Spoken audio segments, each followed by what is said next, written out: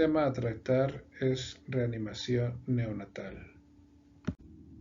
Universidad Abierta y a Distancia de México, TC1 Urgencias Médicas, materia estancia 1, fecha noviembre de 2023. El tema de desarrollar reanimación neonatal. La reanimación neonatal es una serie de pasos que se realizarán al neonato basado en 3 criterios: recién nacido prematuro, recién nacido con bajo tono muscular y recién nacido que no llora o respira. Esta serie de pasos es con el fin de dar una asistencia respiratoria al paciente neonato y principalmente evitar secuencias de tipo neurológico al darse una asfixia perinatal. Ante lo anterior debemos considerar los antecedentes maternos fetales, de los cuales se pueden mencionar los siguientes: edad gestacional, meconio, placenta previa, desprendimiento prematuro de placenta, sufrimiento fetal agudo, compresión del cordón, hemorragia del tercer trimestre o infecciones o enfermedades en la madre. Los pasos iniciales de la reanimación neonatal se muestran a continuación en estas fotos. El primer paso es el control de la temperatura. Este paso es importante pues la pérdida de calor en prematuros es más rápida. Se debe mantener una temperatura óptima de 26 grados Celsius. Es necesario que los paños y el área donde se realice el secado estén en una cuna radiante o bajo una lámpara. Esto con el objetivo de proporcionar la temperatura necesaria. El segundo paso es la posición.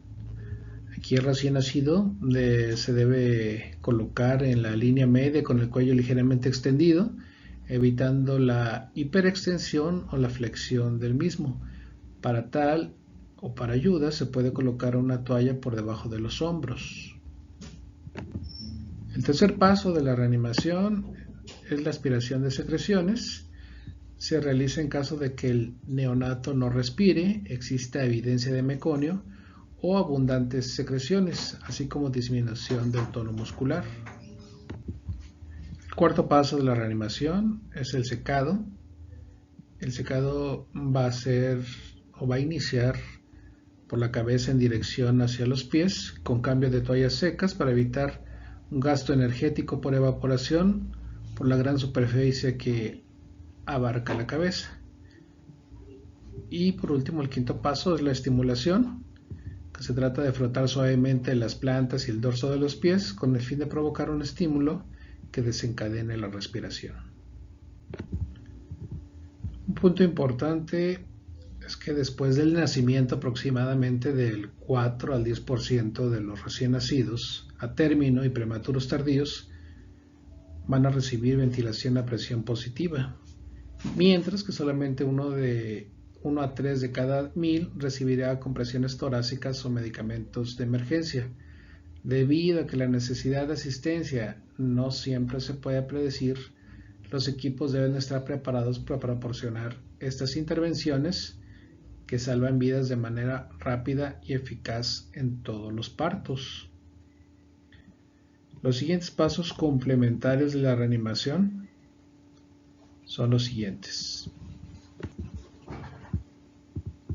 El siguiente paso es entonces la evaluación de la respiración y de la frecuencia cardíaca.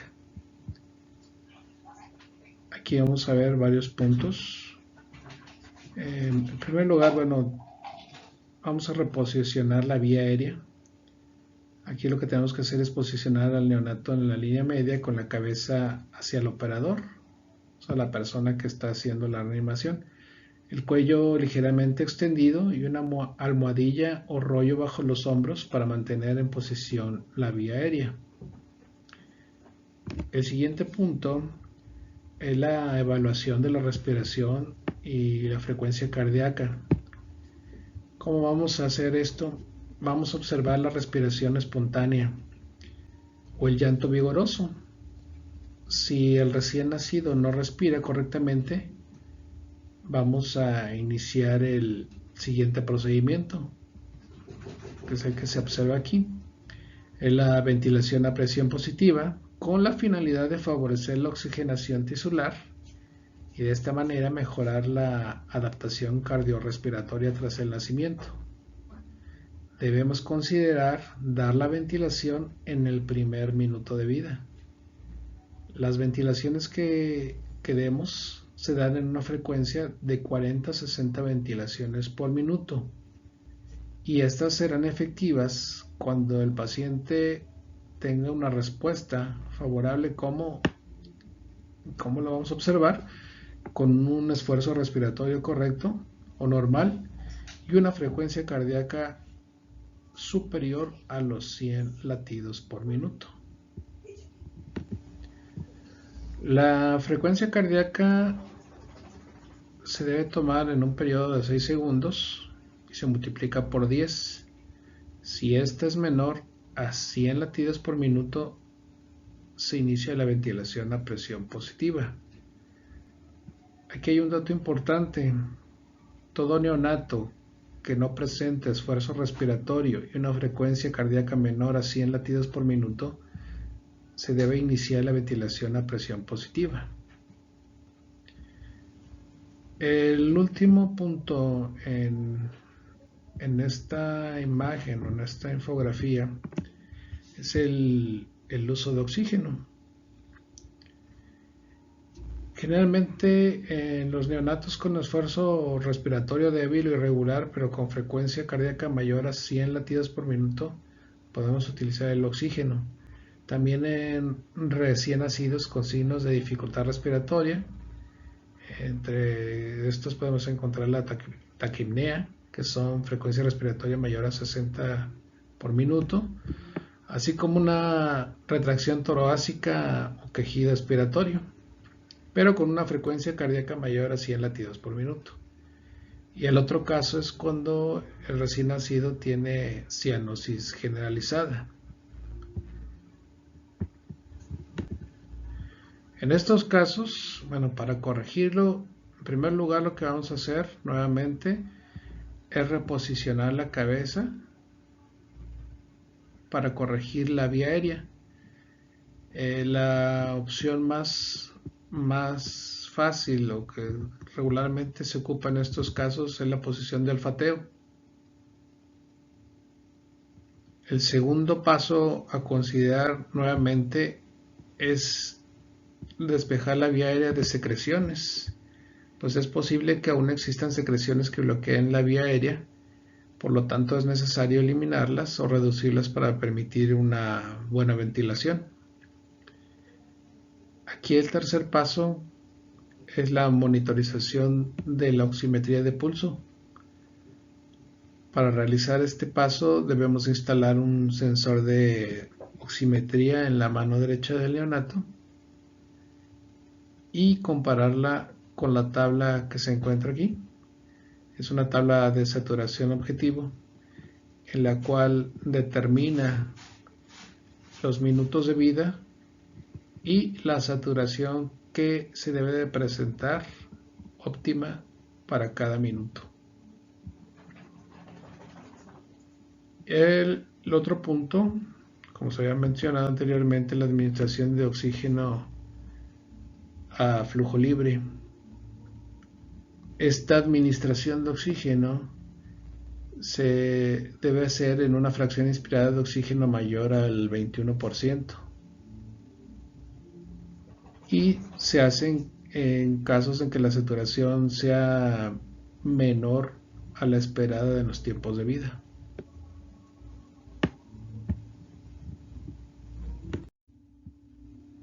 Los siguientes pasos en la reanimación neonatal son las compresiones torácicas. Estas compresiones torácicas se inician si después de que se realiza una ventilación a presión positiva por 30 segundos, la frecuencia cardíaca se encuentra por debajo de 60 latidos por minuto. La relación de las compresiones es de 3 compresiones por una ventilación, dando así 90 compresiones con 30 ventilaciones por minuto. Si la frecuencia cardíaca se corrige a 60 latidos por minuto, estas ventilaciones a presión positiva van a continuar por un periodo de 40 a 60 repeticiones por minuto. ¿Cuál es la técnica para la realización de las compresiones torácicas? Bueno, los pulgares deben flexionarse en la primera articulación y la presión debe aplicarse verticalmente, como podemos observar en esta diapositiva. Al comprimir el tórax, se debe presionar el esternón hacia abajo para comprimir el corazón contra la columna vertebral. Es a la altura de este punto. Se va a utilizar una presión suficiente para deprimir el esternón, aproximadamente 1/3 del diámetro anteroposterior. El último punto de la reanimación es el uso de medicamentos y expansores de volumen. En este caso se utilizará adrenalina después de haber realizado un ciclo de ventilación a presión positiva más las compresiones torácicas, esto durante un periodo de 60 segundos y siempre y cuando la frecuencia cardíaca esté por debajo de 60 latidos por minuto. La preparación de la adrenalina se va a extraer, como podemos observar aquí, 1 mililitro de la ampolleta de adrenalina utilizando una jeringa de 10 mililitros y después se va a complementar los 10 mililitros con 9 mililitros de solución fisiológica. Esta solución preparada se le va a conocer como solución madre, ya que tiene adrenalina en una concentración de 1 a 10.000 o 0.1 miligramos por mililitro, la cual va a ser ideal para la reanimación neonatal. La aplicación de este va a ser vía endovenosa o intraósea a una dosis de 0.1 a 0.3 mililitros por kilogramo de peso. Ahora, la dosis que se administra es periódicamente cada 3 a 5 minutos en caso de que la frecuencia cardíaca no aumente por arriba de los 60 latidos por minuto.